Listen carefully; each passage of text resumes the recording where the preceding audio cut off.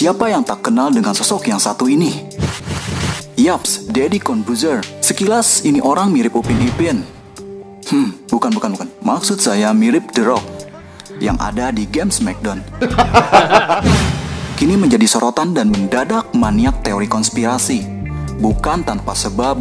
Mulanya, Deddy Corbuzier mengundang Yonglex untuk hadir di podcastnya. Bukan untuk menjelaskan bagaimana teknik rap atau semacamnya, tapi untuk ngobrolin teori konspirasi. Itu hampir sama seperti mengundang Lionel Messi untuk membahas tutorial ternak lele bagi mahasiswa jurusan filsafat. Orang-orang jelas akan tertarik untuk menonton, memahami, mendalami, meski tak ada informasi valid yang bisa diraih.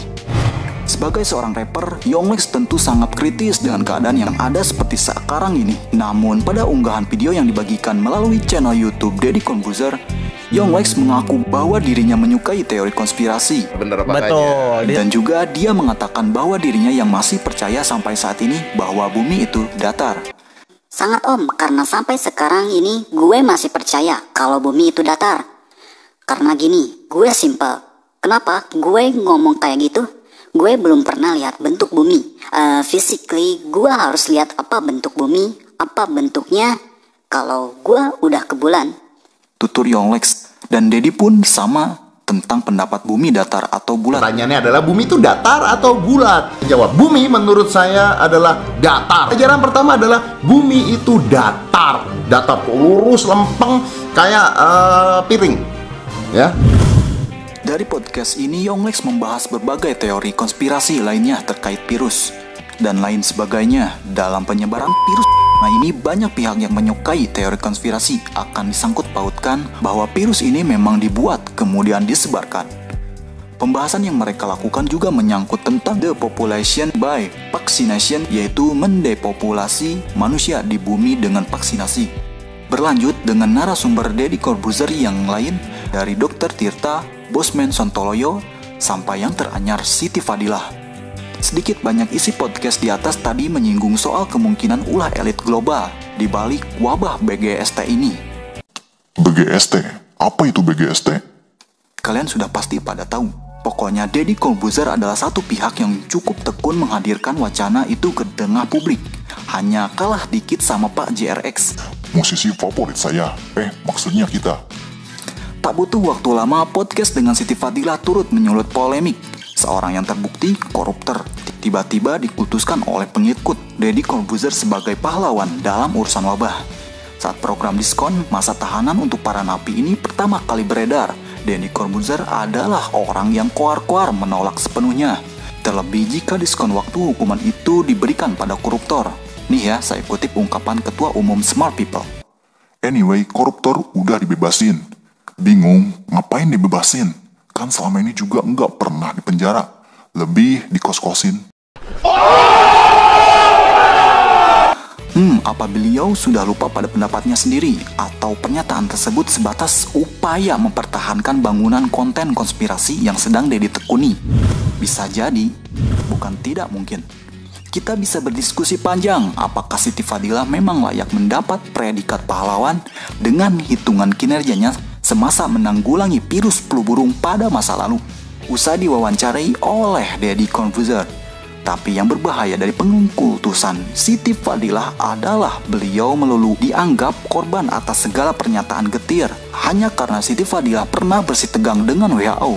Fakta bahwa Siti Fadilah koruptor tiba-tiba disangkut pautkan dengan ulah ini elit global. Belum dengan kenyataannya bahwa Deddy Corbuzier tak mengantongi izin wawancara Siti Fadilah. Sampai kesimpulan beberapa penonton wawancara ini yang menduga teguran dari Kemenkumham adalah ekspresi kepanikan rezim. Kepanikan rezim. Akhir kata, saya menghormati Siti Fadilah sebagaimana saya menghormati semua manusia di muka bumi. Menurut saya, beliau tetap punya hak untuk menyuarakan pendapatnya. Tentu saja dengan tunduk pada prosedur, mengingat statusnya sebagai narapidana. Saya juga menghormati Deddy Corbuzier. Bagaimanapun, dia adalah idola saya semasa kecil dengan trik-trik sulapnya. Saya selalu takjub ketika Deddy Corbuzier selalu berhasil membengkokkan sendok. Sama takjubnya seperti penduduk Macondo saat melihat keajaiban yang dibawa para Gypsy dalam 100 Years of Solitude. Dan jika kronologi yang diungkapkan Kemenkumham benar, saya bisa memahami tindakan serampangan Deddy Corbuzier, sebab meminta maaf memang lebih mudah ketimbang meminta izin. Sebuah tips dari bapak-bapak saat menyalahi aturan rumah tangga, lantas baru minta maaf ke istri. Apalagi bagi Deddy Corbuzier yang seorang influencer, membuat video klarifikasi dan permohonan maaf jelas lebih mudah ketimbang meminta izin. Ya kan, Ded? Hal tersebut menyebabkan munculnya banyak dugaan dan teori konspirasi terkait COVID-19, seperti yang diunggah di kanal YouTube milik Deddy Corbuzier dalam konten yang berjudul Corona Hanya Sebuah Kebohongan Konspirasi. Ia membicarakan tentang kecurigaannya terkait virus corona. Corbuzier @Corbuzier. Selama ini kita anggap jumlah korban COVID-19 ditutupi. Tapi bagaimana bila sebenarnya itu dibesar-besarkan jumlahnya oleh dunia dan WHO? Bagaimana bila ini semua konspirasi elit global?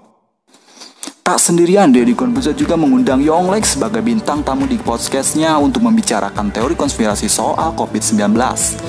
Rapper itu diundang dengan alasan karena ia termasuk orang yang suka dengan teori konspirasi.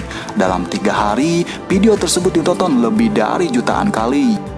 Perbincangan kedua entertainer tentang teori konspirasi ini tentunya mencuri keperhatian publik, sebab berbagai komentar dari warganet diberikan untuk satu orang anak ini. Ada yang memojokkan Deddy Corbuzier terkait pembahasannya, namun ada pula yang membelanya. Kembali lagi kepada netizen yang maha benar. Ded, norak lu kayak anak SMP baru kenal teori konspirasi. Komentar @YogZZ4. Maaf nih Om Ded, saya ngerti Om mencoba berpikir COVID dari segi konspirasi. Tapi Om, kalau kita berpikir dari segi keluarga korban, video ini bisa membuat keluarga korban sakit hati loh Om. Kata seorang rakyat @Muharta TDE. Yupina Res @Yupina Deeto. Om Deddy gak bilang corona itu hoax, memang benar ada kok. Yang Om Deddy bahas itu jumlah kematian corona sebenarnya, soalnya yang meninggal bukan karena corona, dicatat sebagai meninggal positif corona. Banyak keluarga yang gak terima soal itu. Semua itu kembali lagi ke diri masing-masing, dan setiap orang pun punya pandangan masing-masing. Oke? Nah, sekian pembahasan kali ini. Semoga kalian tidak pusing di materi kali ini. Ambil positifnya, buang cangkangnya. See you. Bye-bye.